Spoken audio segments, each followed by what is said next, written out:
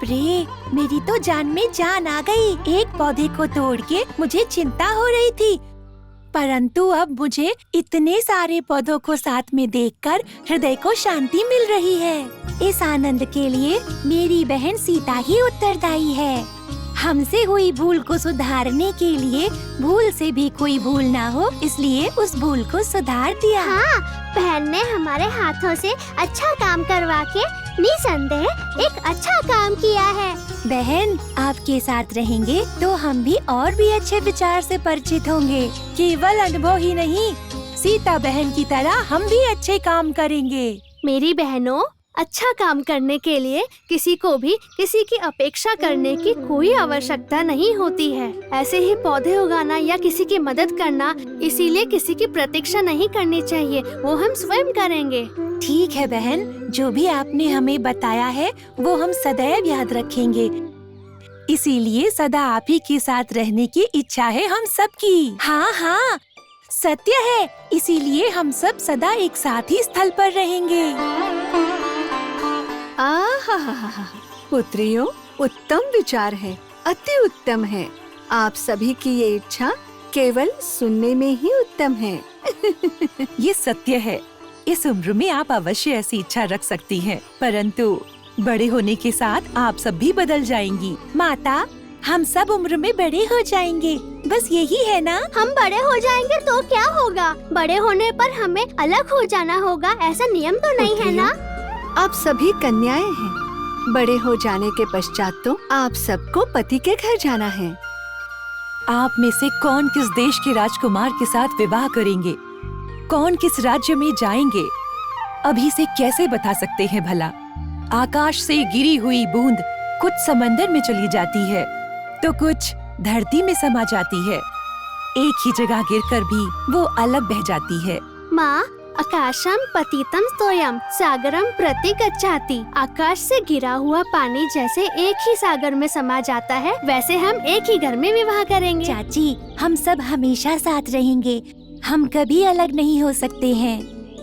ठीक है, अभी आपके बातों का खंडन करके आपके भावनाओं को ठेस नहीं पहुंचाएंगे, परंतु विवाह के पश्चात आपको अलग होना ही होगा।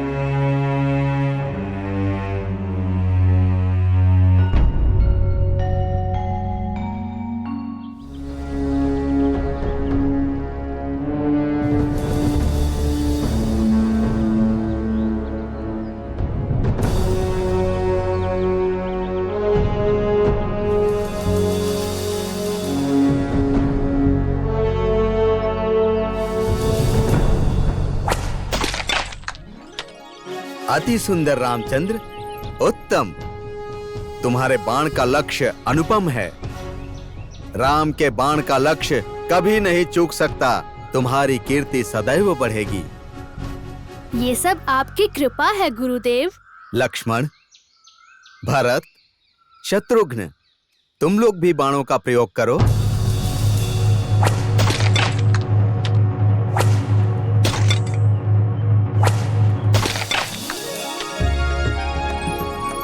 उत्तम भ्राता, अति उत्तम। अपने बाणों से निशाना लगा के आप सभी ने उत्तम चर्चा का प्रमाण दिया है। गुरुदेव, मेरे सभी भ्राता भी बाण प्रयोग में पूर्ण रूप से निपुण हो चुके हैं ना? हाँ रामचंद्र, तुम्हारे सभी भ्राता तुम्हारी तरह अस्त्र विद्या में पारंगत हैं, परंतु उन्हें अभी अभ्यास की आवश्यकता है। देखो, अब तुम सबको एक असामान्य विद्या का प्रयोग करके दिखाना होगा। बताइए गुरुदेव, आपकी कृपा से हम आपकी अपेक्षा को पूरा करने का प्रयास करेंगे। गुरुदेव, अब हम कौन से अस्त्र का प्रयोग करके दिखाएं? शब्द भेदी बाण का प्रयोग। शब्द भेदी बाण का प्रयोग? गुरुदेव, अब हमें कौन से अस्त्र का प्रयोग करके दिखाना है? शब्द भेदी अस्त्र का प्रयोग। शब्द भेदी अस्त्र का प्रयोग? हाँ, देखो, यहाँ से दूर कोई अपने सर पर मटका लेकर खड़ा होगा और अपने पैरों में पायल बांधकर इस ओर से उस ओर और उस ओर से इस ओर चलता रहेगा। उसके पैरों के पायल की ध्वनि सुनकर उस शब्द को लक्ष्य करके तुम्हें बाण छोड़ना होगा। परंतु इस तरह बाण चलाने से मुझे डर लग रहा है। रामचंद्र, क्या तुम ये बाण प्रयोग करोगे? गुरुदेव, मुझ पर आपकी कृपा रही तो मैं अवश्य कर सकता हूँ। कार्य सिद्धिरस्तु। गुरुदेव, भ्राता राम की इस शब्द भेदी बाण प्रयोग का संदेश पिताश्री को देके मैं उन्हें यहाँ लाना चाहता हूँ, इसलिए मुझे आपकी आज्ञा चाहिए। ठीक है, रामचंद्र के विद्या का प्रयोग तुम्हारे पिता के सामने होगा। जाओ, उन्हें संदेश दे दो।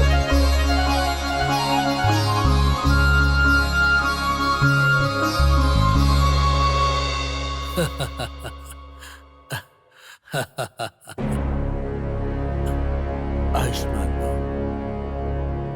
पिताश्री, भ्राता रामचंद्र शब्द भेदी विद्या का प्रयोग करने जा रहे हैं। किसी को अपने सर पर मटका रखना होगा, उसे पैरों में पायल बांध के फिर इधर उधर चलना होगा और उस पायल की आवाज सुनकर उन्हें बाण प्रयोग करना होगा। क्या? परंतु ये कार्य बालक पुत्र राम के लिए कठिन होगा। नहीं नहीं, मुझे इसे रोकना होगा। मैं ऐसा क्यों सोच रहा हूं? पुत्र राम सामान्य बालक नहीं है, वो दशरथ पुत्र है। उसका निशाना कभी नहीं चूक सकता। हाँ, मुझे उसके शब्द भेदी बाण का प्रयोग देखना होगा। कुछ नहीं, चलिए।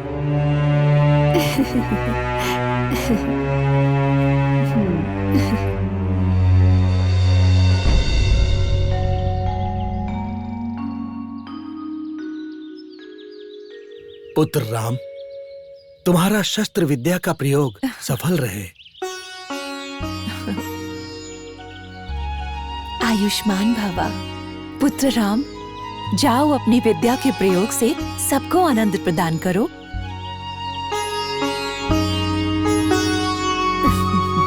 आयुष्मान भव।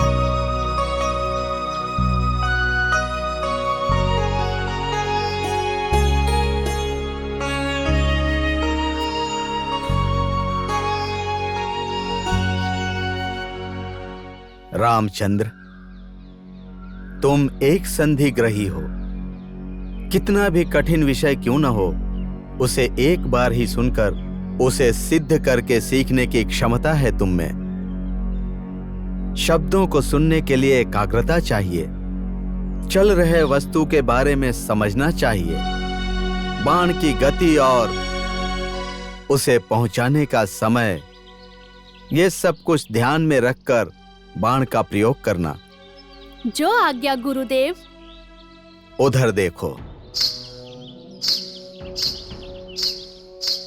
तुम्हारे दोनों छोटे भ्राता लक्ष्मण और भरत अपने सिर पर मटकी रखकर इस ओर से उस ओर और उस ओर से इस ओर जाएंगे। तुम ध्यान रखना, उनके पैरों के घुंघरू की ध्वनि तुम्हें सुनाई देगी और उस ध्वनि को आधार बनाकर उनके सिर पर रखी हुई मटकी अपने बाण से तुम्हें तोड़नी है। ठीक है गुरुदेव।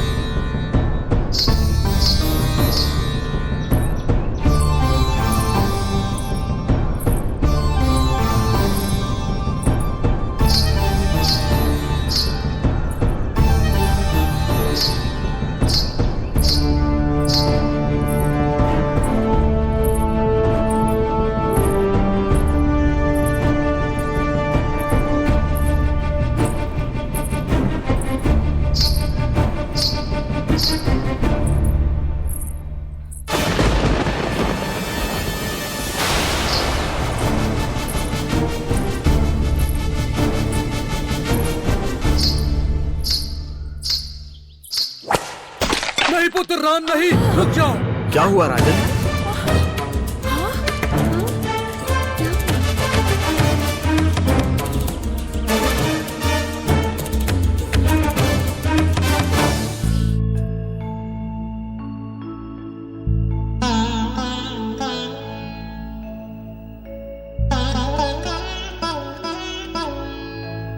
प्रभु, पुत्र राम के शब्दभेदी बाण का प्रयोग देखकर आप प्रसन्न होंगे, मुझे ऐसा लगा था। परंतु आप किसी चिंता में डूबे हो। ऐसा क्यों प्रभु? बाल्यावस्था में ही शब्दभेदी बाण का अभ्यास कुशलता के साथ किया है ना आपने? स्वयं सीखी हुई विद्या अपने पुत्र को प्रयोग करते देखकर आप चिंतित क्यों हो गए? ये सत्य है, मैं तनिक चिंतित हो गया था। क्या हुआ प्रभु? मेरे सिर में दर्द है। औषधि लेकर आती हूँ।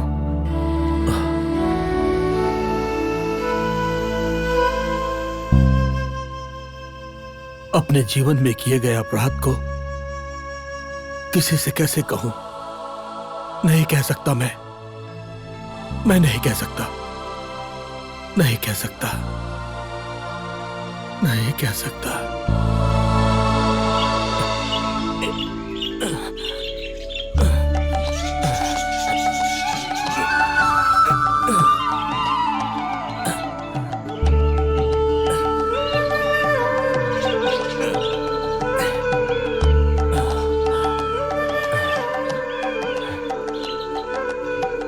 पुत्र श्रवण, बहुत तीव्र धूप के कारण मुझे प्यास लगी है। मुझे पीने के लिए जल ले आओ पुत्र। ठीक है पिताश्री, ऐसा लगता है यहीं कहीं आसपास मुझे जल मिल जाएगा। मैं जाकर लेकर आता हूँ।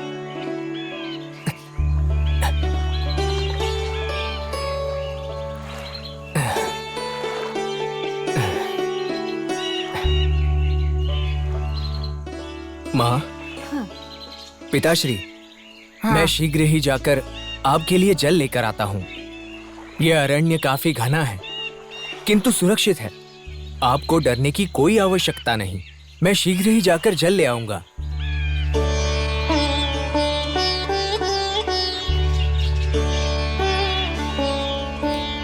हमने केवल 1-2 वर्ष तक ही पुत्र श्रवण को हमारे कंधे पर उठाया, परंतु वो अपना पूरा जीवन हमें अपने कंधों पर लेकर घूम रहा है। हाँ, संतान को अपने जन्मदाता माता पिता का जीवन भर ऋणी रहना चाहिए, परंतु ये तो हम दोनों को अपने जीवन भर कंधों पर लेकर घूम रहा है। इस कारण हम ही लोग इसके ऋणी हो गए हैं। ईश्वर ने हमारी आंखें छीन ली है, परंतु हमें इतना आदर्श पुत्र देकर हमारी आंखें बना दिया है।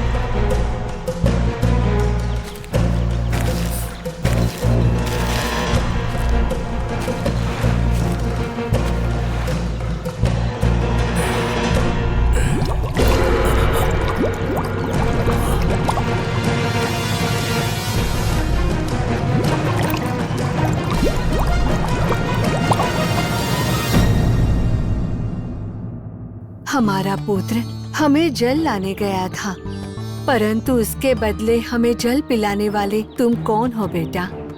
मैं रघुकुल वंश का, अयोध्या का अधिपति